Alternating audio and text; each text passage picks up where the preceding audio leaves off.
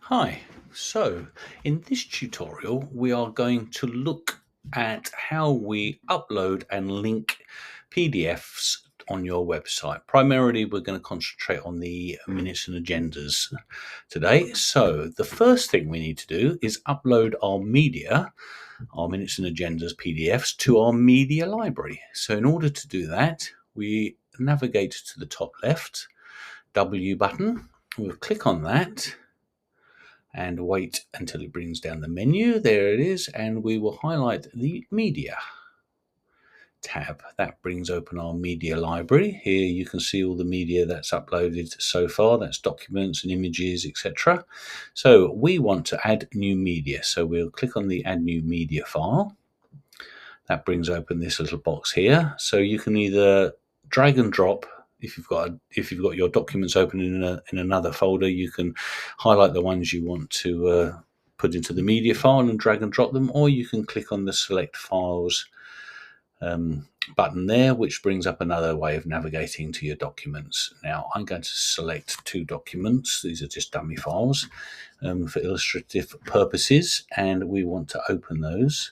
Now, whilst they're uploading, I just want to say it's very important how you label your documents going forward, because this is how we will be searching for them in a short while. So it's important that you remember what you call your documents.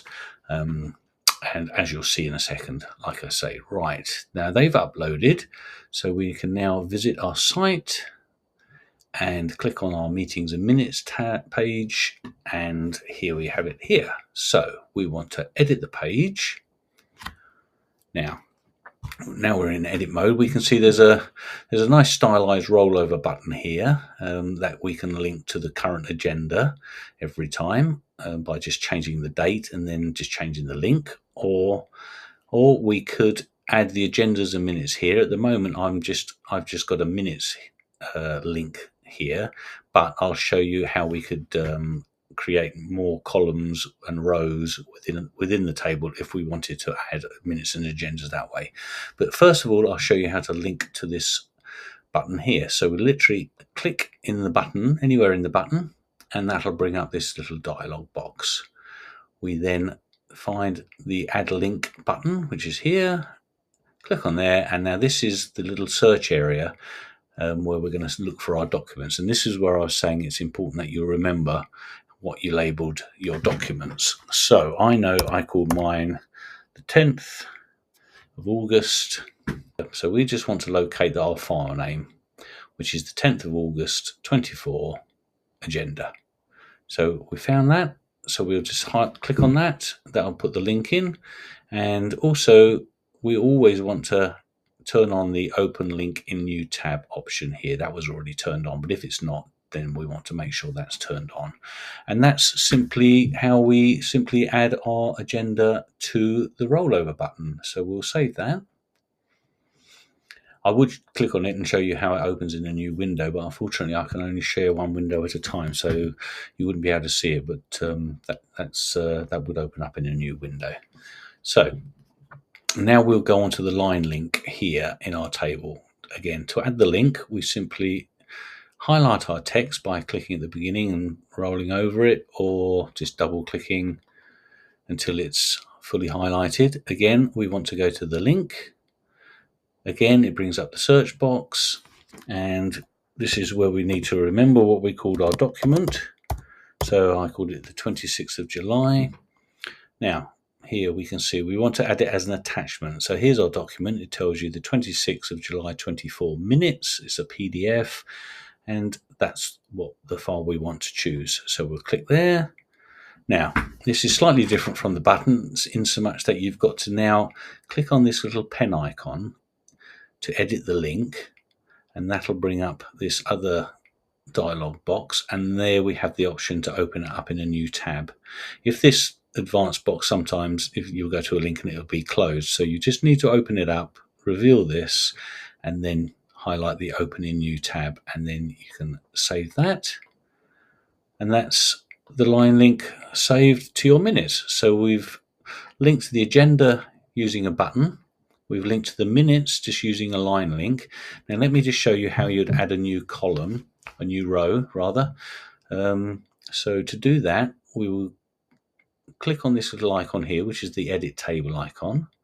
That brings up our little options. Now we want to add a row after the row that we're on. So there's the row we're here. If we inserted it before, you'll see it put a row beforehand, but we don't want that. We want to add one, so we can delete that row.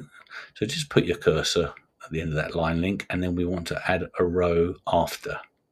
So there's our row here. So we could put this for minutes, say the 10th of August.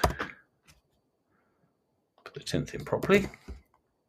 And then we'll just highlight that. You see these links have been made bold. So in order to do that, we'll just again highlight the text and then select the B, which is the bold option there. And that turns the text into bold.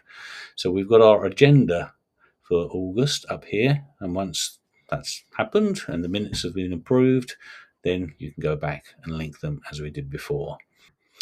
Right, so just to show you quickly how to add columns to your tables, if like I say, if we didn't want to use the agenda rollover button here and keep everything within our tables, we can just simply click our cursor. It could be anywhere in the table, doesn't really matter, and then going to our table edit table button, we want to select the insert column before option.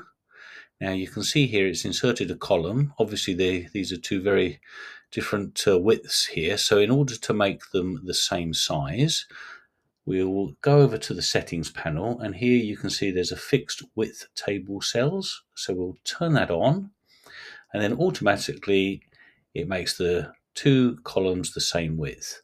So we can now go in here and type in our agenda for, we'll go the whole way, the 26th of July, and likewise we can type in agenda for the 10th of August, remembering to add the style, correct styling, so that means turning both the lines into bold.